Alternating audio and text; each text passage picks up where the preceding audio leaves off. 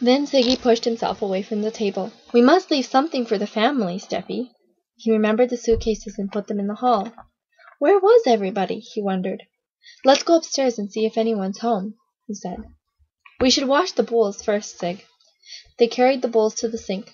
"Where's the hot water faucet?" Steffi asked. Sigi looked around. "I don't know. I don't see one anywhere." Steffi turned on the cold water, and they both rinsed out their bowls. "This place is so old-fashioned it's almost exciting," Steffi said. "They don't seem to have a radio or TV or anything. How do they know what's going on in the world?" "Who knows?" Sigi was already part way up the stairs. "Come on, let's explore the rest of the house." In the narrow bedroom over the larder they noticed a cane beside a single bed. "This must be grandfather's room," Sigi said. The square room over the kitchen held adjoining beds with plump feather bolsters. "And this is Aunt Mathilde's and Uncle Vitus's room," Steffi guessed. The large bedroom over the living room looked as though it hadn't been used in a long time. "The guest room, maybe?"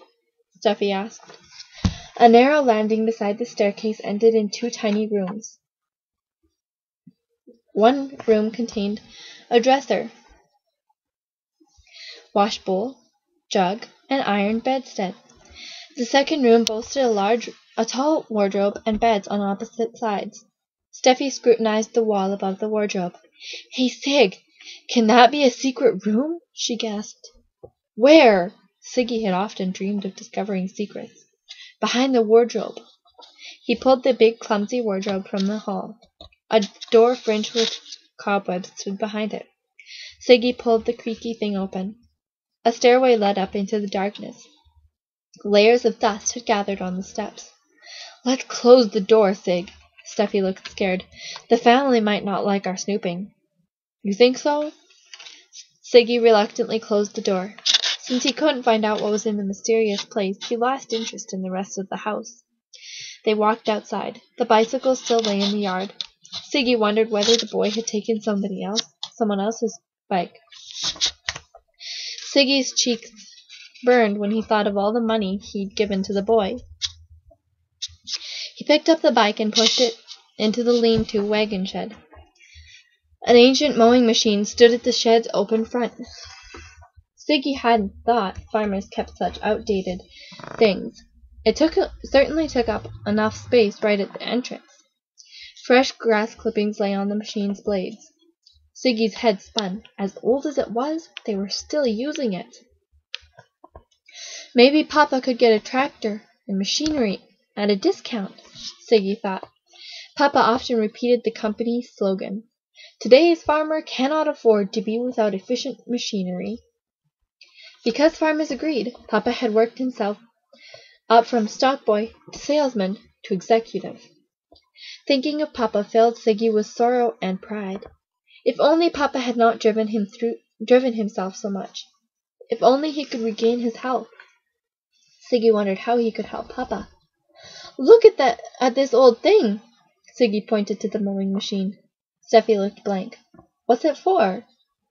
"For cutting grass. They put horses in front of it, or oxen, maybe." "Horses! Where are the horses?" Steffi whirled around the wagon shed. Near the ramp she stopped at a maple-lined fence. 6 white-flecked cows chewed their cuds in the upper pasture. In the lower pasture a brown mare licked her colt. Squealing with delight, Steffi ran downhill. Sigi didn't feel like walking any more on bumpy ground. In the shade of an apple tree he sat down. Neat little birdhouses perched between many branches. Songbirds flew in and out, feeding their twittering broods. Sigi watched them, wondering what his relatives were like. He felt he knew grandfather. He knew Papa's sister used to be a strong-headed tomboy, but he didn't know a thing about the other members of the Curtis family, Uncle Vitus and Little Vitus. The families never visited. Papa often said, "The relatives on the farm are too busy for diversions. They take no time out for useless visits to the city." Sigi guessed Papa was right. Uncle Vitus certainly hadn't taken time out to drive down to the train station. Sigi hoped he could be the type of son his father would be proud of. He remembered family worships worship with his parents, praying for God to guide his life and make him a strong Christian. Now Sigi wondered if he could fit in with the farm's life for the summer. He hoped he could. Wagon wheels crunched along the road. A black-haired man led brown horses, pulling a swaying wagon up the ramp and into the haymow. Chains rattled, and the man led the harnessed horses back down the ramp. He hitched them to an empty wagon, talking in low tones. The man was small, and his movements agile. He reminded Sigi of the southern Europeans who worked in Papa's farm machinery plant. The man leaped onto the wagon, flicked the reins, and the wheels clattered down the road. Sigi relaxed. The warm air made him drowsy. The screened-in ducks and geese had settled down in relative silence. Only a chicken cackled in the henhouse, telling everybody that she had laid an egg. Insects hummed in the grass while Sigi closed his eyes to daydream. Suddenly, Steffi was shaking him. "The boy is coming back for his bike. He's with some grown-ups, Sig." "Where?" Sigi jumped up. "Down the road." Steffi ran ahead to the ramp. A dark-haired boy approached with an older man and a heavy-set woman.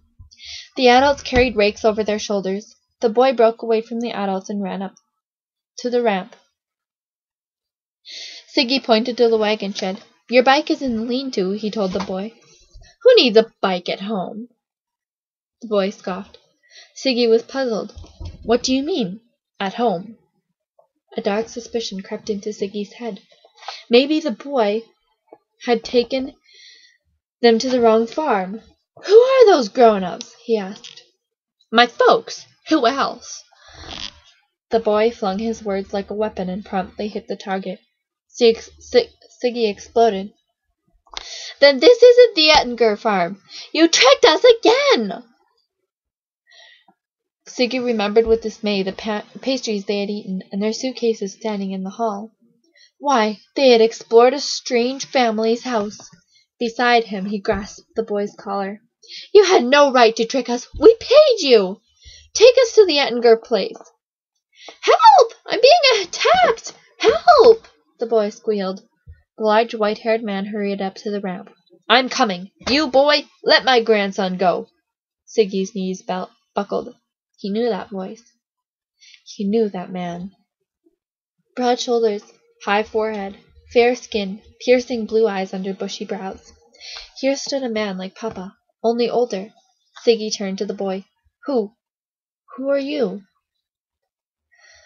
he asked. "Little Vitus, your cousin. Bah!" The boy stuck out his tongue.